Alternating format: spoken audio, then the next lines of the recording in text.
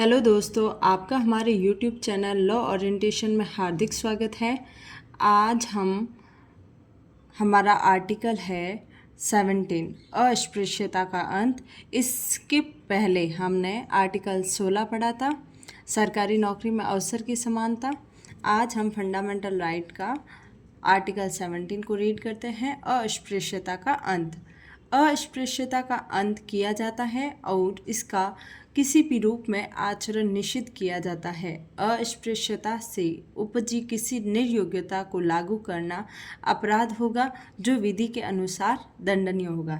इसका मतलब है कि अस्पृश्यता को समाप्त कर दिया गया है और किसी भी रूप में इसका अभ्यास भी निषिद्ध है। अस्पृश्यता से उत्पन्न किसी भी अक्षमता को लागू करना भी कानून के अनुसार अपराध या दंडनीय अपराध होगा।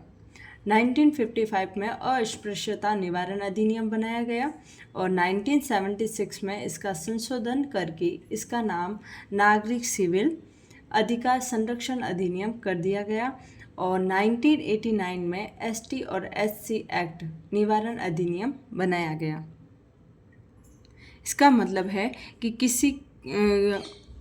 किसी भी व्यक्ति के साथ हम छुआछूत के आधार पर भेदभाव नहीं कर सकते। इसके आगे है आर्टिकल हमारा 18 उपाधियों का अंत।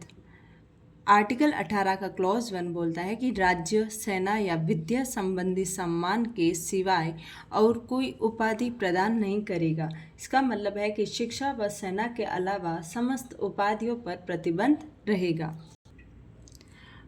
आर्टिकल 18 का क्लॉज 2 भारत का कोई नागरिक किसी विदेशी राज्य से कोई उपाधि स्वीकार नहीं करेगा। इसका मतलब है कि भारत का कोई भी नागरिक है वो विदेशी सरकार से उपाधि धारण नहीं कर सकते हैं। तीसरा क्लॉज है कोई व्यक्ति जो भारत का नागरिक नहीं है राज्य के अधीन लाभ या विश्वास के किसी पद को धारण करते हुए किसी विदेशी राज्य से कोई उपाधि राष्ट्रपति की सहमति के बिना स्वीकार नहीं करेगा। इसका मतलब है कि कोई भी यदि कोई भी विदेशी नागरिक है जो भारत में लाभ या विश्वास के पद पर कार्यरत है, इन्हें उपाधि धारण करने हेतु भारत के राष्ट्रपति से क्या लेनी पड़ेगी? अनुमति लेनी पड़ेगी, सहमति। फिर है क्लॉज 4 राज्य के अधीन लाभ या विश्वास का पद धारण करने वाला कोई व्यक्ति किसी विदेशी राज्य से या उसके अधीन किसी रूप में कोई भेंट, उपलब्धि या पद राष्ट्रपति की सहमति के बिना स्वीकार नहीं करेगा। इसका मतलब है कि विदेशी नागरिक जो भारत में लाभ या विभाजन के पद पर कार्यरत है, उन्हें अन्य देश से भेंट और उपहार धारण करने का अधिकार नहीं है। जैसे हम एक एग्जाम्पल के तौर पे समझते हैं कि अगर कोई भारतीय अधिकारी है जो कोई फॉरेन कंट्री में कोई अच्छा कार्य करता है और फॉरेन कंट्री उससे इम्प्रेस होकर कोई उसको फॉरेन कंट्री वाले उसको गिफ्ट देते हैं, तो वह व्यक्ति जो गिफ्ट लेने से पहले हमारे भारत के राष्ट्रपति से पहले परमिशन लेगा, उसके बाद ही वह गिफ्ट को स्वीकार कर सकता है। एक केस है बालाजी राघवन वाद 1996 का। इसमें कहा गया है कि पद्म पुरस्कार है वो उपाधि नहीं होकर केवल सम्मान है, मतलब केवल अवार्ड है। वो ना किसी क्षेत्र विशेष में किसी उत्कृष्ट कार्य के लिए किया जाता है, व्यक्ति को दिया जाता है।